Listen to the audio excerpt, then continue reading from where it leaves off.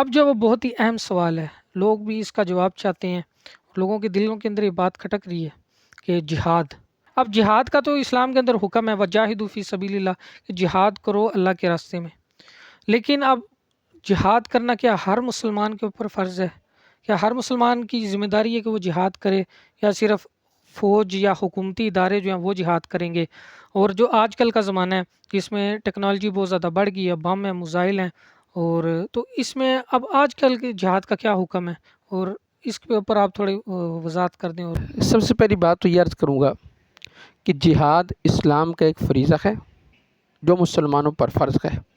اس کی بیسک 3 چیزیں ہیں۔ نمبر 1، آپ صلی اللہ علیہ وسلم کفار کی طرف لشکر بھیجتے تھے تو بنیادی طور پر 3 باتیں سامنے رکھی جاتی تھی۔ نمبر 1، یا تو مسلمان ہو جاؤ۔ نمبر 2، یا جزیہ دے کر ہمارے تابع ہو کر رہو۔ تیسرا یہ کہا جاتا تھا یا پھر جنگ کے لیے تیار ہو جاؤ۔ سب سے پہلا سوال یہ کہ آج کل دنیا ترقی کر چکی ہے، جدید دور آ چکا ہے۔ سب سے بڑا اعتراض جو کیا جاتا ہے، میزائلوں کا دور ہے، ٹینکس کا دور ہے، یعنی لڑاکا طیارے ہیں ان کا دور ہے، زمینی جنگ ختم ہو چکی ہے، تو اب جہاد کیسے کیا جائے؟ اب تھوڑا سا پیچھے چلے جائیں۔ جس چیز کو آج آپ ٹیکنالوجی کہہ رہے ہیں، جس چیز کو آج آپ طاقت کہہ رہے ہیں، جس چیز کو آپ جدت کہہ رہے ہیں، کیا یہ اس دور کے اندر نہیں تھی؟ اس دور میں اپنے اعتبار سے وہ بھی سپر پاوریں تھی۔ مثال کے طور پہ مسلمانوں کے پاس اگر تلواریں ہیں تو 9 تلواریں ہیں، اور کفار کے پاس 1000 تلواریں ہیں، اور ایک طرف 1000 تلواریں اور ایک طرف صرف 9 تلواریں ہیں۔ تو اسلحہ کے اعتبار سے طاقت کس کی زیادہ ہے؟ کفار کی۔ ایک طرف ہاتھی ہیں اور ایک طرف گھوڑے ہیں، ایک طرف لمبی تلواریں ہیں، ایک طرف چھوٹے چھوٹے تکلے ہیں۔ جیسے وہ فارس اور ایران میں جب گئے تو انہوں نے کہا چھوٹے چھوٹے تکلوں سے تم ایران اور فارس فتح کرنے کے لیے آئے ہو، یعنی وہ ان تلواروں کو وہ تکلا سمجھتے تھے۔ تو اپنی تلواروں کو وہ، جیسے آج کل آپ کروز میزائل کہہ رہے ہیں، یہ چیزیں کہہ رہے ہیں کہ یہ چیزیں تھیں، تو کہا کہ ان چیزوں سے آپ ایران فتح کرنے کے لیے آئے ہو، یا ان چیزوں سے آپ فلاں فتح کرنے کے لیے آئے ہو۔ تو یہ طاقت کا اگر بیلنس دیکھا جائے تو اس دور کے اندر بھی طاقت کا بیلنس نہیں تھا۔ علامہ اقبال نے کیا کہا؟ کافر ہے تو شمشیر پہ کرتا ہے بھروسہ، اور مومن ہے تو بے تیغ لڑتا ہے سپاہی۔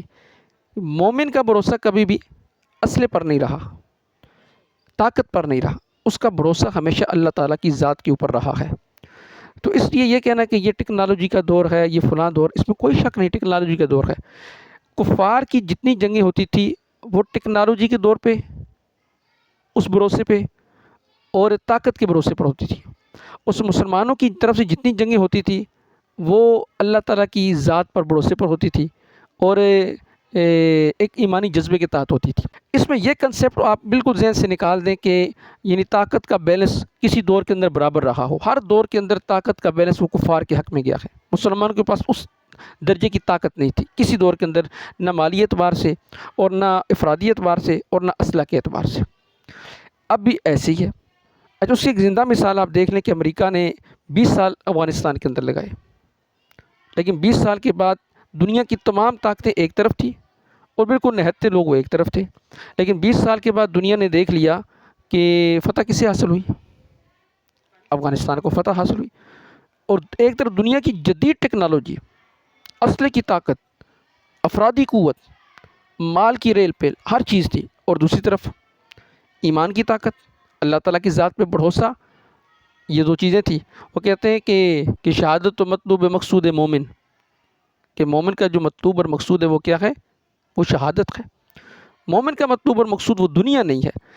اگر وہ فتح حاصل ہوتی ہے تب بھی کامیاب، اگر شہادت حاصل ہوتی ہے تب بھی کیا ہے؟ وہ کامیاب ہے۔ پھر ایک بڑا سوال باقی رہتا ہے، بھئی آج کے دور میں جہاد فرض ہر انسان پر ہے، یعنی ہمیں کیا کرنا چاہیے؟ یہ بات پھر بھی ابھی باقی ہے۔ جس ملک کے اوپر کفار چڑھائی کر دیں اس ملک کے تو ہر انسان پر جہاد فرض ہو جاتا ہے، مسلمان ملک ہے تو۔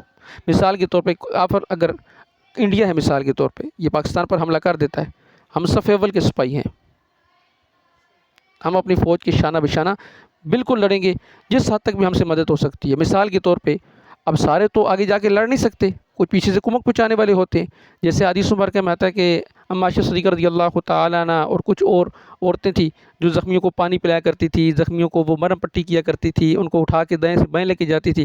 ہم سے جو ہوگا، جو خدمت ہم سے لی جائے گی، ہم وہ کریں گے. تو اس ملک کے رہنے والے جتنے باسی ہوتے ہیں ان سب پر کیا ہو جاتا ہے؟ جہاد فرض ہو جاتا ہے. اگر اللہ نہ کرے، اللہ نہ کرے، اللہ نہ کرے جنگ چھڑ جاتی ہے، کوئی کافر پاکستان پر حملہ کر دیتا ہے، کافر ملک، تو ہم سارے پھر شانہ بشانہ ایسے کھڑے ہو جائیں گے. چاہے ہم نے ٹریننگ حاصل کی ہے یا ٹریننگ حاصل نہیں کی، ہم جا کر اپنی خدمات کو پیش کریں گے. اس وقت مسلمانوں پر کڑا وقت ہے، ہم انشاءاللہ تعالیٰ پیش کریں.